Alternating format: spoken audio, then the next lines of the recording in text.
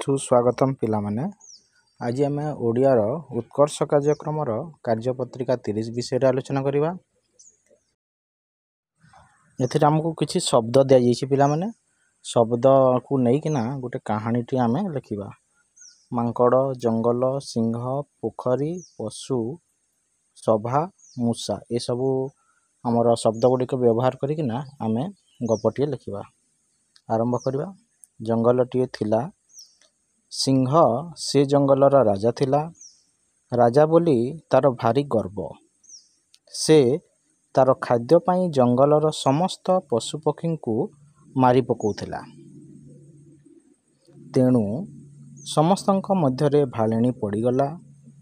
तेणु सबु जीवजंतु एक सभार आयोजन कले। सेथिरे समस्त जीवजंतु निज निजर मतामत देले। सर्वसम्मतिक्रमे चतुर मांकड़र मतामतटी समस्तंकु पसंद आसिला। तेणु समस्ते मिसी योजना प्रस्तुत कले। योजना मुताबक मूषा जाई सिंह को कहिला, महाराज आपणଙ୍କ ଠାରୁ बलिष्ठ प्राणीटीए जंगल को आसीछि।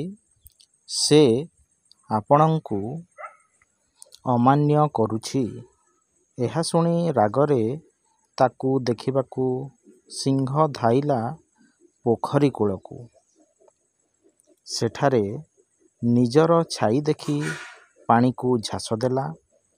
यह देखि सबु पशु खुशी हेले एवं समस्ते आनंदरे जंगल रे से दिन ठारू रहिले।